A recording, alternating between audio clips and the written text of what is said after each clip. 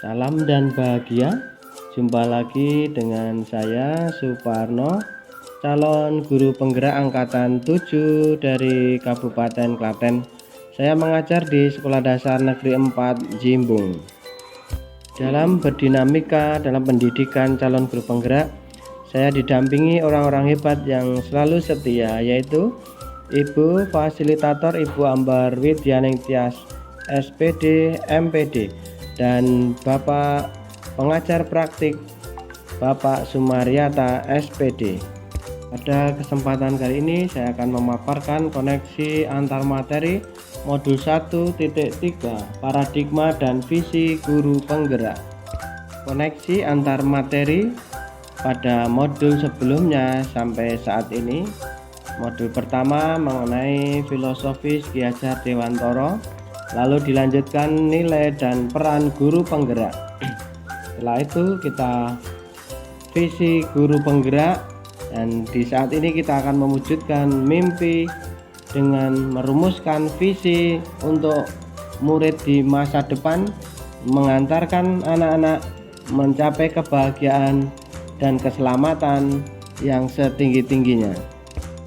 Kaitan antara filosofis Ki Hajar Dewantara dan visi guru penggerak, yaitu filosofis Ki Hajar Dewantara bertujuan pendidikan menurut Ki Hajar Dewantara adalah menuntun segala kekuatan kodrat yang ada pada diri peserta didik agar mencapai keselamatan dan kebahagiaan yang setinggi-tingginya. Visi guru penggerak dalam melakukan prakarsa perubahan, guru penggerak harus fokus pada perkembangan peserta didik dengan visi yang jelas dan memperhatikan aset yang ada di seputar siswa.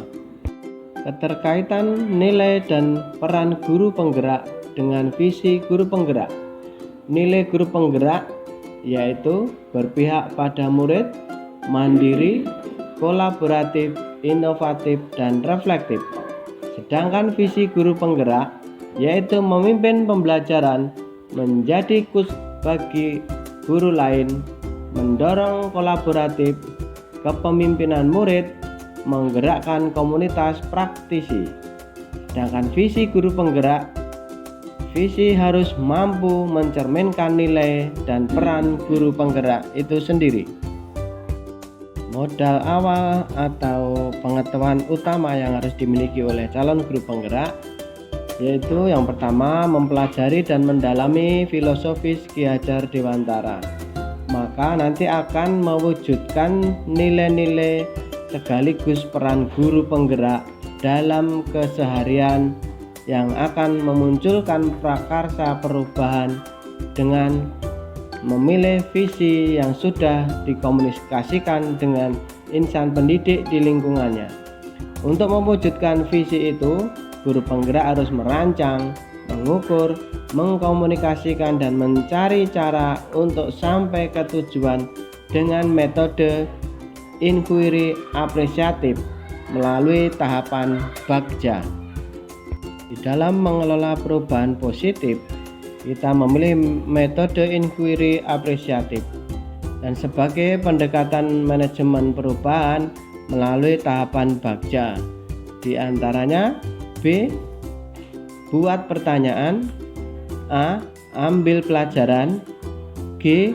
Gali mimpi. C. Jabarkan rencana. Dan terakhir A. Atur eksekusi. Sebagai calon guru penggerak, saya juga ingin melakukan perubahan di lingkungan sekolah saya. Saya mengambil rumusan visi guru penggerak, yaitu mewujudkan peserta didik yang berkompeten dan berbudi luhur. Dengan prakarsa perubahan, mewujudkan kebiasaan peserta didik yang ramah dan tanggap lingkungan. Tahapan bagja yang pertama, B. Buat pertanyaan atau define. Pertanyaannya, apa yang harus saya lakukan untuk mewujudkan siswa yang ramah dan tanggap terhadap lingkungan? Maka tindakan yang akan saya ambil, mencari informasi baik lewat kegiatan nyata maupun di internet. Berkomunikasi dengan kepala sekolah. Tahapan bagja yang kedua yaitu ambil pelajaran atau discover. Pertanyaannya, siapa yang pernah memprakarsai dan berhasil mewujudkan siswa-siswa yang berperilaku ramah dan tanggap lingkungan?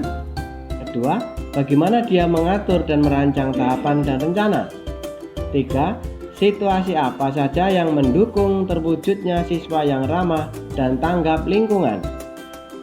Kelima, keterampilan apa yang sudah saya kuasai untuk mendukung terwujudnya kebiasaan ramah dan tanggap lingkungan? Maka dengan pertanyaan itu saya akan melakukan tindakan. Pertama, mencari tokoh yang sudah berhasil menerapkan pembiasaan siswa yang ramah dan tanggap lingkungan. Kedua, mencari contoh sekolah yang sudah melaksanakan pembiasaan ramah dan tanggap lingkungan. Ketiga, mencari tahu bagaimana mengatur dan merencanakan tahapan pelaksanaannya. Tahapan bagja yang ketiga yaitu gali mimpi atau dream. Pertanyaan pemantik, apakah kebiasaan-kebiasaan baru yang saya bayangkan terjadi? Bagaimana perasaan saya melihat siswa-siswa di sekolah saya semua ramah dan tanggap dengan keadaan lingkungan pembelajaran, kesehatan, kebersihan di sekolah? Apa saja hal-hal yang baru yang bisa saya lakukan setelah siswa melaksanakan pembiasaan yang ramah dan tanggap lingkungan? Apa hal-hal atau kualitas peserta didik yang saya bayangkan akan mempertahankan komitmen pembiasaan siswa ramah dan tanggap lingkungan? Maka saya akan mengambil tindakan. Kebiasaan siswa sebelum berangkat berpamitan dengan orang tua ataupun anggota keluarga dan mohon doa restu. Kebiasaan siswa dari kelas 1 sampai 6 setiap sampai sekolah saling senyum, sapa, ramah dengan teman-temannya. Kebiasaan siswa memberi salam pada guru dan warga sekolah lainnya. Siswa yang tanggap kebersihan kelas walaupun bukan regu piketnya.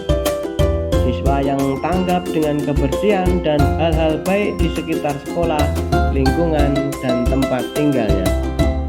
Tahapan bagja yang keempat yaitu J, jabarkan rencana atau desain. Pertanyaannya, apa langkah sederhana yang bisa dilakukan? Berapa lama target untuk mewujudkan kebiasaan siswa ramah dan tanggap lingkungan? Apa tindakan-tindakan yang mendukung terwujudnya kebiasaan siswa ramah dan tanggap lingkungan? Bagaimana mengukur kemajuan dan melanjutkan terwujudnya kebiasaan itu? Bagaimana cara merawat, saling menyemangati supaya kebiasaan itu mendarah daging seterusnya? Lalu tindakan yang akan saya ambil, membuat capaian yang nyata tiap harinya, membuat agenda dan target progres capaian setiap harinya, memasang pengumuman, poster-poster, slogan di mading dan dalam ruangan kelas, meminta Bapak Ibu guru, para siswa saling mengingatkan. Tahapan bagja yang terakhir yaitu atur eksekusi atau deliver.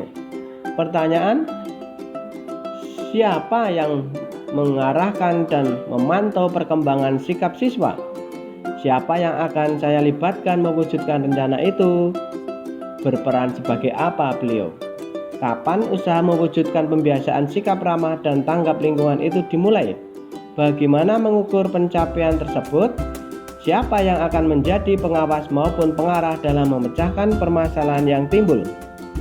Tindakan yang saya akan ambil, pertama, konsultasi dan mohon izin kepala sekolah, mengajak semua guru berpartisipasi dan mendukung mulai dari anak didik masing-masing di kelasnya, melibatkan wali murid dalam merespon kemajuan di rumah, dan juga bekerja sama dengan warga lingkungan sekitar sekolah atau masyarakat.